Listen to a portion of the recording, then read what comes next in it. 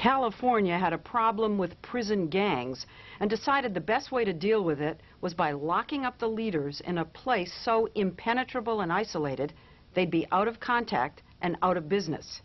But things did not go according to plan. This is a story about how a bunch of gangsters went to one of the most maximum security prisons in the country and turned it into their criminal headquarters.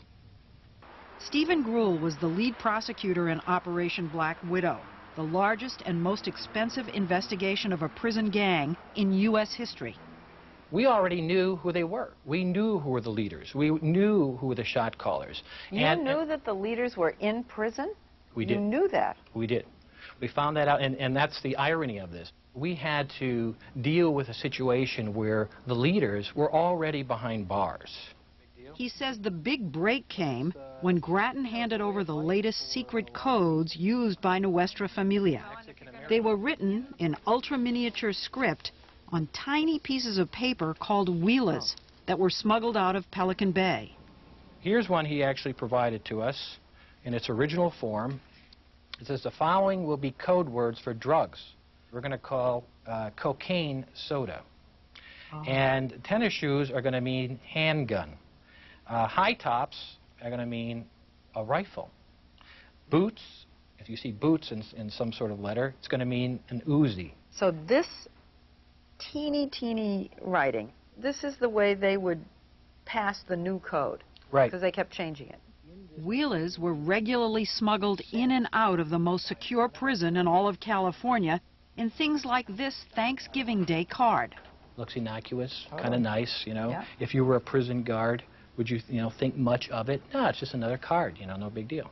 Well, we found this, and then we slowly started to peel some parts of it back. And what we found were 3 wheelas.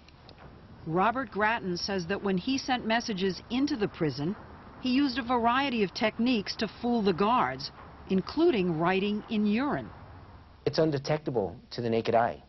If I had urine in a cup, I could write a message on a piece of paper which wouldn't be detected until it was heated. You've done it? Yes. Perhaps the gang's most brazen way of communicating was through fake legal documents. Looks like something you would think is, some sort of court document. It's got the caption, etc. But if you start getting down to the second page, well within the body, building up of this organization on the outside will be done in these 3 steps. Bam. Who on earth wouldn't think that was a legal document? And then you're not supposed to scrutinize that in the same way as you do letters that they send in and out. Yeah. It has. This is, a clear example of the abuse of a privilege, so they can get their orders and functions out on the street. Once the codes were understood and the messages intercepted, Operation Black Widow turned up 10 hit lists. The cops had to call 300 people to tell them there were death threats against them. Gruel says they prevented scores of homicides that were already in operation. For example, we uncovered that there was a plot to murder 2 district attorneys, in California. And as a consequence, we were able to, identify those involved in that plot and arrest them and convict them. In all, Operation Black Widow resulted in 150 arrests. But now what to do? Clearly locking them up together at Pelican Bay didn't work. So now what the government wants to do is disperse the leaders around the country in various maximum security prisons in the federal system. We're going to move them to Indiana, in Florence, Colorado, in Marion, Illinois, and each prison will have one of these captains or one of these generals. Yes, one of these lifers. But couldn't they start a whole new organization in whatever prison they're in? I don't think that's going to happen. And the reason why is this. There are 2 essentially identifying characteristics of being a member of the Nuestra Familia. One, Mexican-American. The other is that you're from Northern California. So if you take a general and put him in Marion, Illinois, or in, Minnesota or some other institution in Arkansas, he's going to be a nobody. It's too late.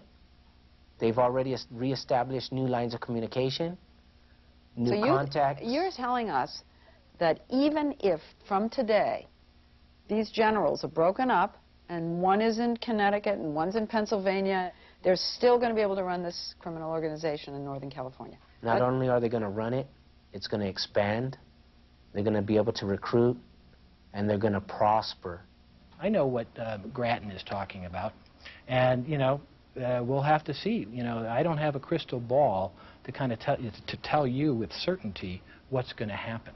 But, you know, I thought it was worse to do nothing. You had to do something with this situation. You couldn't let these guys, you know, go on with impunity.